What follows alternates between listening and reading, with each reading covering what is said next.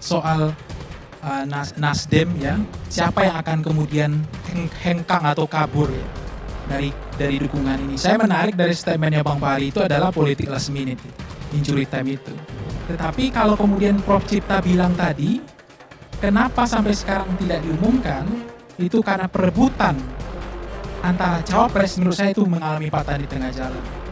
Karena berbahaya kemudian langkah politik ini dibaca terlalu cepat.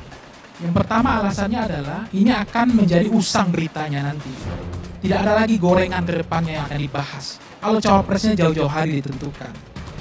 Yang kedua, ini bukan soal perebutan Anies antara AHY dengan Anies Aher, tapi ada lagi alasan yang kemudian mereka juga harus berhati-hati betul untuk memutuskan yang paling ideal, yang ditunggu oleh Pak Jokowi dan Pak Jokowi dan Bu Mega sebagai orang yang arsitekturnya kemenangan.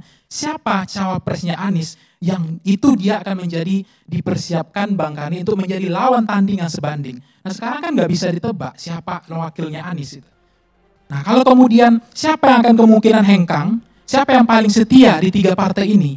Kalau kita melihat irisan pemilihnya, itu yang paling besar mendapatkan kotel efek tadi itu adalah 18,2 itu PKS. Jadi menurut saya PKS itu sangat diuntungkan dengan memilih Anies. Nah kemudian kalau PKS mendukung Ganjar ya pasti turun lagi, nggak ada efek untungnya. Jadi menurut saya Bang Kari, PKS tidak akan, menurut saya pasti akan setia mendukung Anies. Nah kalau kemudian kliknya misalnya tadi berkoalisi dengan syarat atau berkoalisi tidak syarat. Nah kalau berkoalisi dengan syarat tadi harus membawa AHY, ini akan menarik gitu. Karena koalisi bersyarat tadi adalah misalnya AHY harus dibawa sebagai cawapresnya.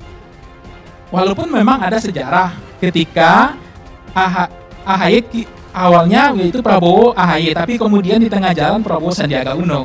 Kemudian Bang Andi Arief bilang ini Jenderal Kardus dan seperti itu menarik sebenarnya. Tapi itu terlepas dari itu, potensi Demokrat untuk hengkang juga ada. Bahkan menurut saya, mohon maaf, Nasdem pun ada potensi. Dia yang memulai, dia bisa juga mengakhiri. Alasannya gini, kenapa nggak jadi? Karena cawapresnya nggak dapat sesuai dengan klasifikasi. Limitasi selesai. Sederhana, misalnya 3 syarat ini nggak terpenuhi di dalam internal koalisi calon wakil presidennya. Misalnya harus membawa sumber elektoral, membawa sumber partai, membawa logistik, kemudian membawa stabilitas di koalisi, kemudian membawa stabilitas di pemerintahan. Ternyata ini berat sekali syaratnya nih.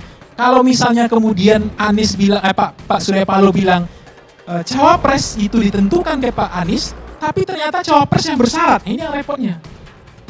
Ternyata nggak ketemu di internal, ya harus mencari di luar internal. Tetapi menurut saya Nasdem juga terlalu berisiko untuk mengambil itu. Jadi apakah Nasdem ini sungguh-sungguh untuk mengusung Anies, atau ada statement lain mengatakan wah ini cara menjegal main di politik last minute, nanti Anies nggak diusung. Itu pikiran liar, mazhabnya begitu. Tapi itu pikiran masyarakat, tapi saya nggak percaya juga itu